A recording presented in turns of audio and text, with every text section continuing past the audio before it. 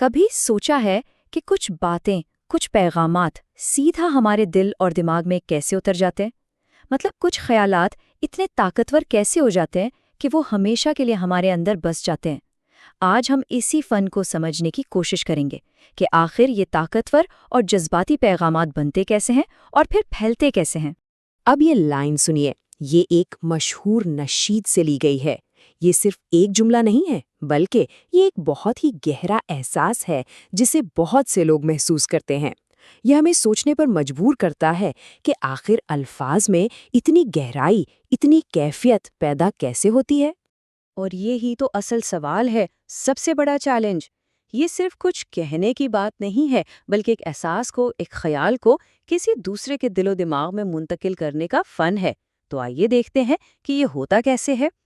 تو ہماری کہانی کا جو پہلا حصہ ہے وہ یہیں سے شروع ہوتا ہے، ایک خیال کے بیچ سے۔ ہر طاقتور پیغام، چاہے وہ کتنا ہی بڑا کیوں نہ ہو جائے، اس کی شروعات ایک چھوٹے سے مگر بہت جاندار خیال سے ہوتی ہے۔ ہر با اثر پیغام کی شروعات ایک واحد، طاقتور خیال یا جذبے سے ہوتی ہے۔ یہ وہ بنیادی بیج ہے جس میں بڑھنے کی پوری صلاحیت ہوتی ہے۔ اس خیال کو سمجھنے کے لیے ہم ملانگ کی مولانا ملک ابراہیم اسٹیٹ اسلامک یونیورسٹی کی ایک تحقیق کا سہارا لیں گے، جہاں اس فن کا بہت گہرائی سے جائزہ لیا گیا ہے۔ ٹھیک ہے، تو ہمارے پاس خیال کا بیج تو آ گیا، لیکن ایک بیج خود سے تو نہیں اگ سکتا نا، اسے ایک زرخیز زمین کی ضرورت ہوتی ہے۔ کسی بھی پیغام کے لیے وہ زرخیز زمین اس کی زبان ہوتی ہے۔ ایک پیغام کو جڑ پکڑنے کے لیے اسے صحیح لسانی مٹی میں بونا پڑتا ہے۔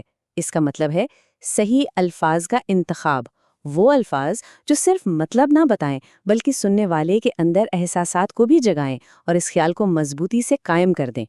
تو اس کے پیچھے ایک باقاعدہ علم کام کرتا ہے جسے اپریزل تھیوری کہتے ہیں۔ اب یہ نام سن کے تھوڑا علمی سا لگ سکتا ہے، لیکن دراصل یہ ایک بہت ہی عملی ٹول ہے۔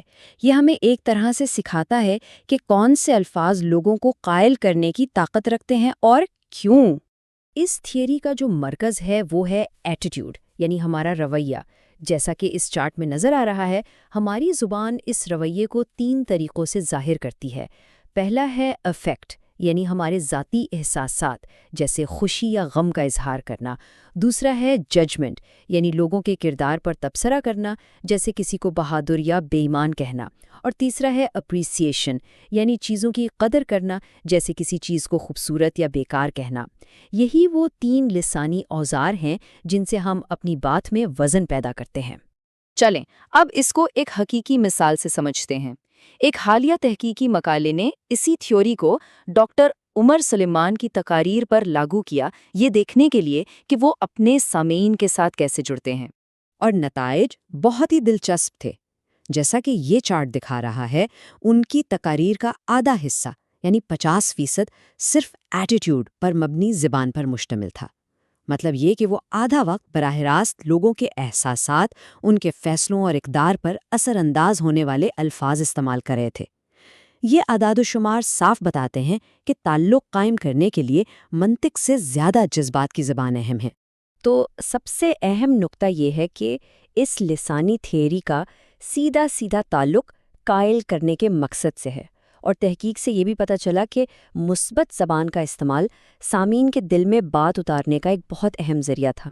تو ہم نے زبان کے وہ اصول تو سمجھ لیے ہیں جو ہمیشہ سے چلے آ رہے ہیں، لیکن آج کے ڈیجیٹل دور میں ان اصولوں کو پھیلانے کے لیے ہمارے پاس ایسے اوزار ہیں جو پہلے کبھی تھے ہی نہیں۔ آئیے دیکھتے ہیں کہ وہ کیا ہیں۔ دیکھیں، جس تحقیق کی ہم نے بات کی اس کا مقصد زبان کے اصولوں کو سمجھنا تھا، لیکن آج ان اصولوں کو لاکھوں لوگوں تک پہنچانے کے لیے ٹیکنالوجی کا سہارا لیا جاتا ہے۔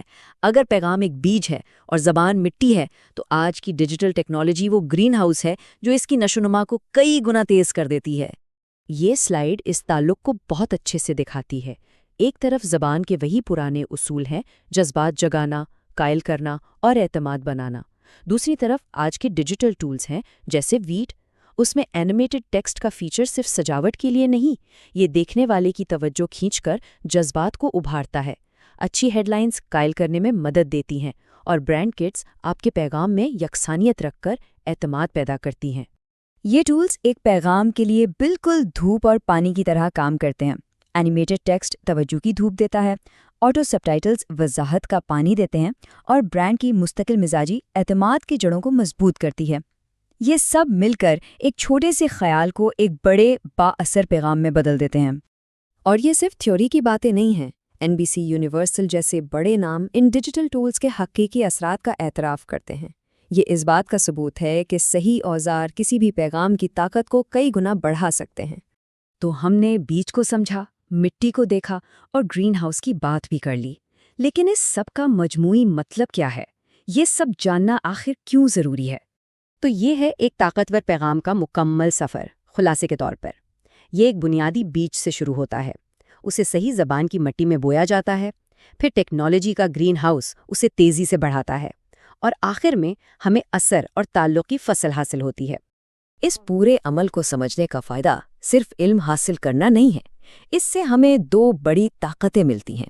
پہلی، ہم میڈیا میں آنے والے پیغامات کو بہتر طور پر سمجھ اور پرکھ سکتے ہیں کہ وہ ہم پر کیسے اثر انداز ہو رہے ہیں، اور دوسری، ہم خود اپنی بات کو زیادہ مؤثر طریقے سے دوسروں تک پہنچا سکتے ہیں۔ تو اگلی بار جب کوئی پیغام شیئر کیا جائے یا خود کوئی بات کہی جائے تو یہ سوچنے کی بات ہے کہ کون سا بیج بویا جا رہا ہے، کیونکہ ہر لفظ میں کچھ نہ کچھ اگانے کی طاقت ضرور ہوتی ہے۔ اب انتخاب ہمارا ہے کہ ہم کیا اگانا چاہتے ہیں۔